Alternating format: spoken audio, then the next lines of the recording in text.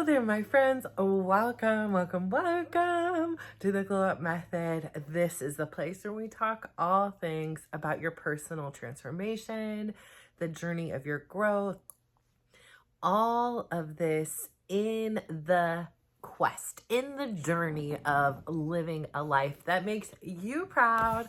Hi there, my name is Natasha. I will be your host today, and I am the one who shares all these crazy stories with you in the hopes that within there is some nuggets of information so that they can help you along your journey, right? Like, none of us are gatekeepers over here. We're all on this journey together, and if there's something that I can learn, then utilize it, see if it works or not, and then share it.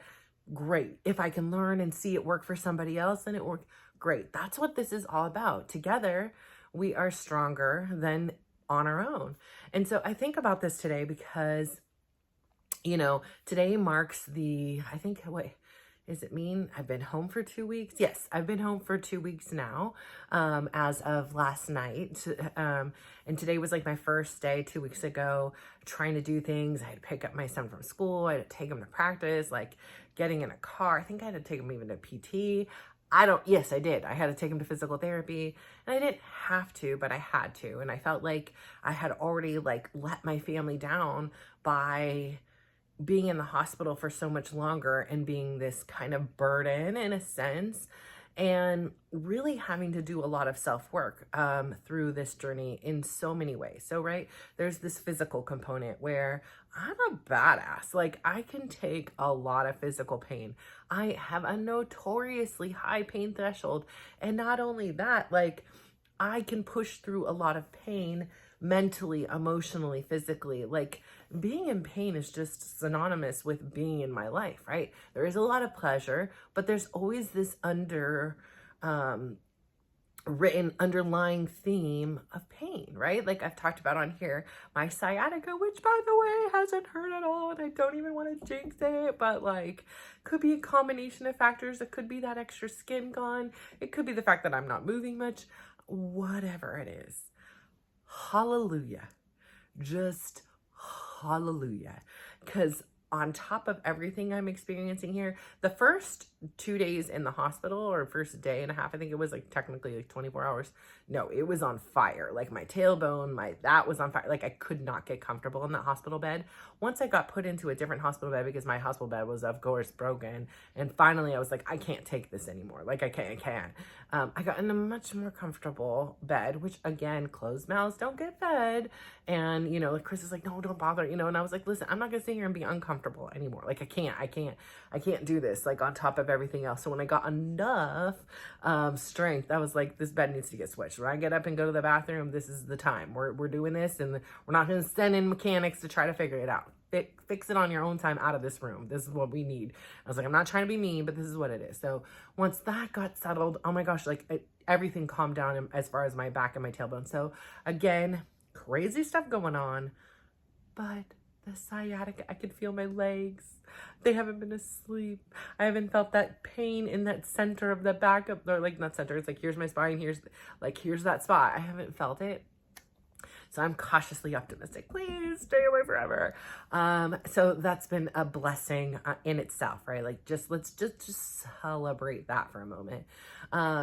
And I've had to learn so much for my physical limitations. I was thinking yesterday was a very tough day, and we'll get into it. I ended up not even filming. It was a very difficult day. As it turns out, today my period started. So that just compounded with already being in a deficit, with already being, running on fumes and trying to heal your body and trying to, grasp at these straws of what was a reminder of your life, moving more, doing things, setting a really high step limit a couple days, getting too tired and not being able to do the next day, then having to go do certain things. So it's been a journey of trying to figure out exactly how everything pieces together and live in this kind of new balanced world. And that goes with everything in our life. We try, sometimes typical me, I go a little bit too far. 8,000 steps is probably just too much too soon for me. I did it. I was able to do it back to back a couple days, and it felt good in the process, but I really felt really tired the next few days. And so it's kind of like, let's just scale it back. Let's go back to 5,000. Let's reboot. Let's do this. Well, yesterday was one of those days that it was difficult. I spent a good probably 3 to 4 hours crying, and it had to be a silent cry because if we sobbed, it rips my stitches. Like it feels like it does, but I don't know. Maybe it does internally. I don't know, but it hurts so bad. So Chris wakes up and he is sniffling. Now, the night before, it seemed like he had allergies, and he's like, I never get allergies. And I was like, it's the allergy season, like I'm taking allergy medicine. I sneezed. And the next morning, he was sniffling all night long. I could hear him sniffling. And he's like, I'm not going to risk getting you sick. So he leaves. And I am like, oh my God, this is my right-hand man. Yes, I may not always be getting service with a smile, but I'm learning so much to speak up for myself that I'm worthy of saying, hey, I need this. And it doesn't mean, sometimes he does the service with a smile, but on the times he doesn't, it doesn't mean I'm still not getting my needs met. And that's a huge accomplishment for someone like me who doesn't want to burden anyone and make them feel bad. And I don't feel worthy of getting the help. And let me just torture myself and push myself to do more than I can do so I don't have to inconvenience you. So it's been a very big mental challenge to work through. And it would just be so much easier on me if they would just do service with a smile, because then I don't have to do my work and I don't have to contend with these demons. But this is all part of it. For me, this surgery was about releasing things I no longer need to carry. Some things are physical, some things are mental, some things are emotional, and some things are spiritual. I have let go of my fear of passing away. Gone. Thank you, spiritual. That is gone. Been there, done that.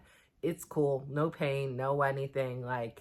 No sorrow, no sadness. Just warmth, love, happiness, and laughter. Psh, my jam. Can do that all day long. I have had to let go physically. Hey, I had a, 6 pound, almost approximately between 5.5 and 6 pound, skin loss, skin goodbye, release. I released you. Goodbye. You're gone. So that's huge. I still have a ton of swelling and water retention and things like that, and lymph and yeah. I got the drain. So there's still, more physical release that I gained, I'm holding on. My body's like, no, I don't want to let go. And I'm, slowly releasing and letting everything go at a snail's pace, it seems. But, again, it's like with growth with your kids, when you're right in it, you can't see. But if I would compare myself to where I was the first day, hell yeah, I've made some progress. But, compared to maybe the day before, sometimes I'm like, it feels like I did less today. So anyways, yesterday morning was all about mourning. I was crying because now I lost my right-hand man. Chris is not there to help me. He helps me shower. He helps clear my drains. He helps, log what the drain does. I learned in this process to delegate. Typically, like I was saying to him, I'm like, it's not that it benefits you, but typically I would have did it all myself. I would have never asked, nor would I have trusted he would have done it right. Yeah, there are times I micromanaged, but I was allowing myself to depend on someone else, which is a scary thing for me to do. And being strong is a part of my survival. I had no choice. It's not that I wanted to be strong. It's not that that was my goal. It was just, I wanted to survive. And so I needed to learn how to adapt and be strong. And what comes with it is I became really good at it. And people all the time are like, you're so strong. You're so strong. You're the strongest woman I know. Oh my gosh, you're so strong. Yes, but even strong people have weak and fragile moments. Yesterday was case in point. And so again, it was one of those perfect storms.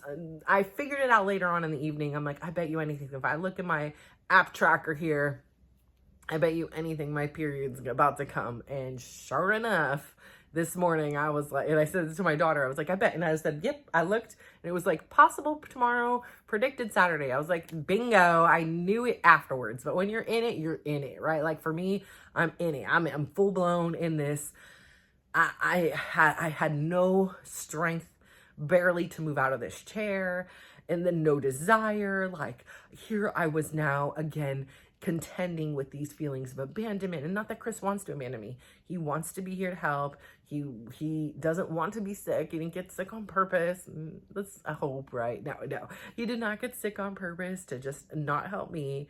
It's just what happened. Fortunately, I still do have my kids here, so I am not completely alone. But there were certain things like showering that he was helping me do. They're not going to help me do that.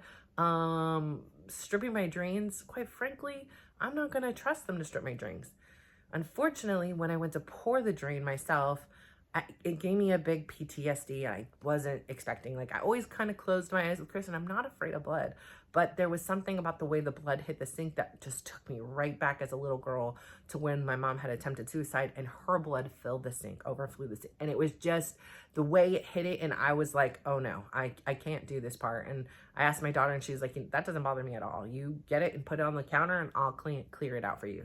Thank God, cleared. That's done. Don't have to think about that. But that was like, that brought up a ton of emotions and healed wounds in there. And though I talk about it, it's still like such a part of, you know, who I am, even when I'm not thinking about it, right? So, you know, that happened, and then Chris not being here, reminiscent of that abandonment. And like I said, again, it's not like it was like my mom wanted to abandon me. It was like she probably just needed to find herself. It wasn't about me. I was just collateral damage, and just like I'm collateral damage right now, and I'm collateral. Oh my gosh, I always do this. I gotta shut this thing off. Otherwise, we're going easy. I'm moving. But I'm just collateral damage. Like, you know, if I ask Chris to get something and he is exhausted and tired and hungry, and it's 11 o'clock and he just laid down, and I'm like, oh yeah, by the way, can you get my water? And he huffs, and I feel kind of a way. I just have to remember, I'm just collateral damage. It's not me personally. Like, I'm not a burden. And if I am, it's temporary. Like, it's not my fault, like, just like with my mom. So it's like, it's brought up a lot of like feelings and things that I have inside me. And again, it's all about, this whole procedure was about releasing the things that no longer serve me, and that being one of them. And so I was really proud of myself for being able to make those connections and understand, number one, it's okay to depend on people. And number two, that even people with the best of intentions maybe sometimes can't do exactly what you need or the way you want it, but that isn't a reflection of you. As long as you're getting your need met, that's the goal right now, right? Like, don't self-sacrifice. And so like for me particularly, and I don't know if you feel this way too, what I would typically do is like, I want water, he's laying, he's comfortable, let me get up. Even though for me, it's a 10-minute procedure, and it's, you know, rips, it hurts, it, all this stuff like that. I'd rather do that than see him hurt, which then hurts me too. So now we're both hurting, and I'm upset that like I've upset you, and it didn't go the way I wanted, and I don't feel loved, and I don't feel cared for, and I feel like I'm burdened, and I didn't want to ask in the first place, and I'd rather do it. It just sends me on a spiral, and I really have had to work through that. Like, there's been a couple times in this thing that like, because it's like all I do is kind of sit around here, and I wait for somebody to come around to help with the things that I can't do. And now every day I am getting more and more independent. I'm doing more things. I'm getting very creative. I can use these toes for a lot of things. I've used hangers to pick up socks. Like, I am figuring it out as best as I can. Some things I just simply can't. If it's heavy, I can't pick it up. If it's, you know, without causing the potential for more harm on myself. So, you know, this whole experience has been very humbling, and it has been very, very enlightening about how sometimes when you get out of your comfort zones, out of your normal, there are so many lessons to be seen. And this is one of those lessons I've come back to time and time again in my own personal life, to not only learn how to ask for help, but to depend on somebody. And that I don't have to always do everything in this world on my own. And it doesn't mean the other person's response to your request is like, yes, I couldn't wait for you to just ask me at 11:30 p.m. after I've worked all day, I've helped cooked, I've shopped, I've done everything you do plus I do. And I just laid down and I've been helping you, and now you suddenly want water. And the fact that he doesn't just, you know, jump from the sofa and float over and have service with a smile. Like, okay, listen, like, seriously, like, the fact is I'm doing my work. I'm doing my practice of saying, what are my needs? Number one, how can I get those met if I'm unable to meet them? And especially in a time like this, right? And it's okay to depend on somebody, and things may happen and they're out of their control, but it doesn't mean they don't want to help you or they don't want to be there for you. It just sometimes means they're unable to for whatever reasons. And so, you know, I rely then on my kids, and I put on my big girl pants a little bit more than I wanted to and sooner. And so yesterday was the first time I I really saw myself. So I had to put on these creams. It's just Vaseline and Aquaphor, little combination. And Chris has been doing it. And I close my eyes in the shower, and I'm on a chair anyway, so I can't really see much. And I'm swollen, so I really don't see much. And I close my eyes when he's doing the creams, even though, again, I can't see anything. Like, I just do. And so yesterday I was like, well, how am I going to do this? So the morning I spent just crying, like this morning, this loss of this person that was supporting me. And, now having to rely on my kids, which again brings up all those things, because they're like, why isn't this person doing it? Why am I the only one helping? How come? And I'm like, it doesn't help me. Like, I get it. None of it is lost. I have helped you all. Like, I carried your butts around in my tummy for, well, some of you 7.5 months, but others of you, like, nearly 40 weeks, 40 plus weeks, like, come on now. Like, that's just the beginning of it. Like, how many surgeries, how many classes, how many sports, I've supported you guys all through it all. And I guess I probably didn't always have service with a smile either. So I'm getting in my car, we gotta go to practice or whatever it was. But like, it brings up all those insecurities. Like, I'm always servicing people, I'm always helping. How come when I need it temporarily, no one's here?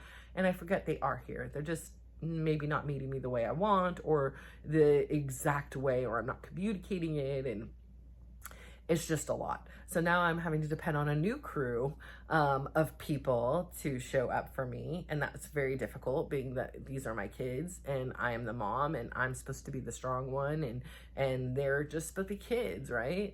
And so shifting into that, and then also taking a bigger role of my own personal care. So learning how to do, not learning, but actually stripping my own drains. And and a lot of times I probably should have just did it myself, like, because he would do it and be a little bit rougher, because he doesn't know it's not touching his body. So I'm like, ow, which then is like, oh, I'm doing my best, I'm not trying to hurt you, like, kind of created a little tension there. And then I'm like, no, I know, I'm just letting you know. Or I'll be like, remind him, like, please don't go hard, or, and he's like, I know, like, and so it's just a heated kind of like, a stressful environment. But I had my oldest son bring down a mirror, and it was a full length mirror. And I, had told myself throughout the day as I laid here crying and having my little sob session that, I need to start looking at myself again. I remember when I started my weight loss journey, again, it was one of those things. I didn't like who I saw in the mirror, so I tried not to look. It was just easier for me to not. And so when I saw myself in a photo, or when I saw myself in a mirror, or somebody had taken a photo of me, or not necessarily a mirror, but like a reflection walking by, like someplace where it wasn't expected that I would see myself in all my true form, I was always like, there's no way that's me. Like, there's just no way. Like, when I close my eyes and I think of who I am, that's not who it is. And like, that looks like such a stranger to me. And so as I began this journey, I would do a lot of my walking, and I began telling myself, I need to learn to love me. And I began walking in front of the mirror, and, doing the things like the high fives, and, blowing myself a kiss, giving myself a compliment, like being like, girl, you got this. Like, I slowly like learned how to first look at myself, and then I slowly learned how to celebrate myself, and then I slowly learned how to hype myself up and accept myself. And so for me, that's why undergoing any type of cosmetic type of alteration of who I was seemed like an injustice to that version of me. It seemed like I didn't accept me. And so what I've learned along the journey for me is this wasn't about me accepting that version of me. It was me about accepting this version of me, and knowing that I am arriving at the person. Things are settling in as to who I am and who this version of me. I used to be this thing. And so like, when you do something, right? Like if you're a smoker, for example, then you're a smoker. And when you quit, it doesn't mean you're a non-smoker. It just means you don't smoke anymore. It takes a long time for those habits to take effect, right? Like, because you're still a smoker, because you still, after a meal, or, when you're drinking, or when you're stressed out or hungry or whatever it is, you still want that vice. You still want that thing to appease you, right? And so until you get to the point where that habit of daily habit, hourly habit, minute by minute habit, something like smoking or drinking or drugs or food or sex or shopping, like it could be a minute by minute thing, right? When you get past it, it's a habit. It's creating this new version of you that is a non-smoker, that is disgusted by smoke, that doesn't want to see it, that has no cravings for it, there's no more desires. This new version of you has emerged and arrived. And so this new version of me is on the rise. She is here ready to arrive, and so are you. Like, that is within you. And so again, I was sitting here thinking, and I was like, I need to start to look at myself again. I need to start to see myself not just for what I see in my head, but for what am I reflecting on the rest of the world? And I need to accept and love in all of its jiggles and all of its stitches and all of its bruises and all of its new form, how it is, in the swelling. So there was a therapeutic moment about just looking at myself. And the funny thing is as Frankensteinish as I look, with a multitude of bruises, and I've got drains hanging out of me and a scar that goes, beyond hip to hip, encompasses a little bit of my back, I still look beautiful. Like, I still love me. Like, I don't just see that. I see a belly button that's interesting now, that's been relocated, and that kind of fascinates me. I'm like, how do you do that, actually? Now that I'm intrigued by it. And I feel like it's a great practice that I know I relied on Chris temporarily to kind of get me through the hurdles of it. And I'm stronger and capable. I was able to do my shower. I was able to, come down here and get my creams and figure out a way to have my drains held and get it all done. And then even so, like, take the time after to be like, I kind of want to nurture me now after. Like, I put on the silk pillowcase that I sleep in. So I kind of put a sleep pillowcase between me, my skin, and the binder. Like, during the day, I have a tank top between me and the binder because it gets kind of itchy, the binder. Even though I wash them and things like that, it's just the material isn't very like breathable and friendly.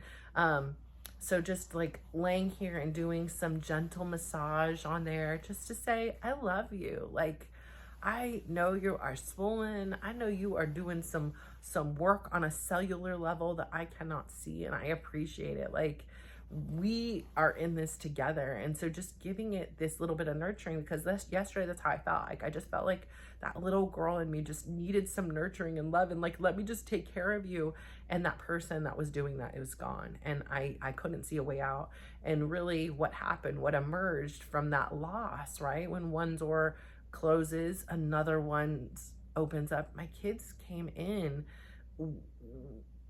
without missing a beat. I mean, one kid was like, I'm taking the night shift, so he's up all night, and that really wasn't why, but that was, his story was quick and good with it. So I was like, why haven't you been around? He's like, oh, I got the night shift, and I did calm him down, and he did help me with something, so it worked out.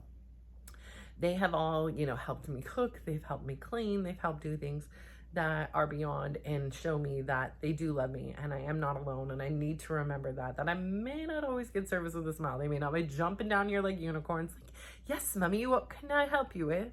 But that doesn't mean I'm not worthy of communicating my needs and getting them met at a time like this, especially. But it's a great lesson going forward that it's okay to depend on people. And if somebody can't show up, it doesn't mean they don't love you. It doesn't mean they don't care. It just means something happens. He got sick and he's doing the responsible thing. And the thing I would want, because listen, if I have to do some coughing and sneezing, no, we're not doing this right now. It is DEFCON situation over here. So I'd rather stay healthy. I'd rather also, when he's here, it's easy to get distracted from some of the things I'm working on and my projects, and, kind of lay into the like, okay, let me just lay around and watch TV with him or whatever it is.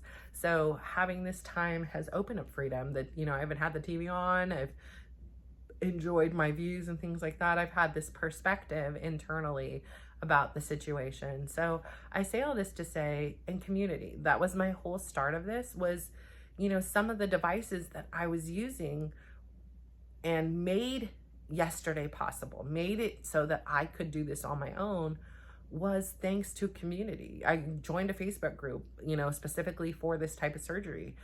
and somebody had posted a picture that they wore a lanyard and then clipped the drains to it when they showered, and they had hands free. And I was like, holy smokes. I didn't think about it because I'm trying to sit, I'm trying to hold drains, the drains are pulling, it hurts my legs, this and that, and you can't sit straight, and this and this, and it just was too much. And just something so simple as a lanyard that I didn't have the fruition to think of or prepare for, and really didn't hear it, and then saw it too, like saw a photo of it like in action. I was like, I could do that. I have lanyards here. You know, it's so simple. And I was like, oh my gosh, you made my life so much easier. I had ordered these drain holders on Amazon, but I had never opened up the packages. I had ordered them before I even had my surgery. And I pulled them out, and it made it so I could do my creams yesterday. Because usually it's like, okay, Chris, you hold the drains, I stand up, let me hold the drains, let me try to hold. And it's just like made it so much work that didn't need to be there. And it was like, here were these things, like either devices that people have made, like the drain holder, like thing, like kind of like, it's almost like a fanny pack kind of like thing, but my drains aren't super long, so I'm kind of limited in my motion, and mine aren't on my hips, they're in my thighs. So again, I'm a little bit limited in my like, I can't put on a pair of pants and things like that. I mean, I did for a couple days, but it just irritated it. So I'm like, listen, we're summer dressing it up, or we're wearing tank tops and my bikini bottoms. Underwear, guys. Straight up old granny when I was my biggest underwear, just wrapped up big, and for some reason the kids think it's they believe me when I say it's bikini, because why wouldn't they? And they're like, okay, this is acceptable. I'm like, sorry guys, I just can't. And you know, it's not like they're looking or anything, nothing to see, but yeah, I mean, it's funny to just walk around like that in the first place. But I did shed like a little bit of a tear, because some of the places in which I had like skin deposits, like on my hip, like there was like these big bulges, they were gone, and I've never seen it that way. Like, and so it was just a very cool experience that, like, in that moment I could almost see beyond the swelling and see like, oh wait, yeah, when I sit down, like I don't have this big chunk of skin just sitting on my thighs here anymore. And so getting used to this new body without it is definitely a big adjustment. And there isn't like a sorrow for the loss, but there is like a sorrow for the loss of your life, like as a result of it. And so temporarily, but there's been so many beautiful things, because like I said, I have seen in shining colors my kids, my husband, my friends step up. I got a beautiful bouquet of flowers mailed to me, and chocolates, and then my son's girlfriend sent me, like I said on here, cookies and chocolate covered strawberries. Girl, who can go wrong with that? Like, she knows. And I get messages all the time from my gym friends. And, you know, it was funny. I was telling my daughter, oh yeah, I got this message from this person. And she was like, and here you were at the beginning, like, I'm not going to know anyone. I don't want to talk to anyone, and da-da-da. And here you are. And, you know, even my instructors, like, we all miss you. Like, we miss your energy. This person's asking where you are, this person. So it's good to know that, like, my energy, my big mouth in the class and my big moves in energy are something that are memorable and make that experience better, not only for myself, but for my community. And so I love to share, just like as people shared with me, right? They shared this lanyard, they shared these things, and it made my life easier. And that's the whole point of this. I share these stories to empower you, that if there's one word, one way I say it that clicks with you, girl, go run with it. Live your life to make yourself proud. You don't have to be a victim anymore. You don't have to be held back by the skin or held back by the beliefs that you're a burden or you're not worth it, because you are. Like, you are so loved and deserving of great, amazing things. This is your one life. Let me tell you, I have been to that other side, and I know that's it. That's done. I'm not, you know, like, I don't know who else was going to be there at the other side of the laughter. Like, I didn't see the people. I just heard what sounded like my kids as little kids' laughters, like those giggles that you know, just love and live for when they're little. And, you know, just make you giggle when you hear it. And so I don't know who's over there, but I know who's here. And what I do know is this, is you have one life. And maybe for someone lucky, as fortunate as me, is I had the opportunity to, you know, be done with this one, but come back either by choice or by not my choice, somebody else's, and know that my story is not done and that I am on the right track, and I need to continue to share my stories in order to better this world and continue to imprint my energy on people so that they can continue to imprint their energy on others and pursue and live and fulfill this desire to live a life that makes you proud. So I'm so proud of you. I'm so grateful for you tuning in today. I am going to say and give myself a big smile. So I'm going to ask you to please give yourself a big smile in the mirror. Look at yourself. You are beautiful. You are amazing. You are unique. There is no one like you. And that's for a reason. That is on purpose.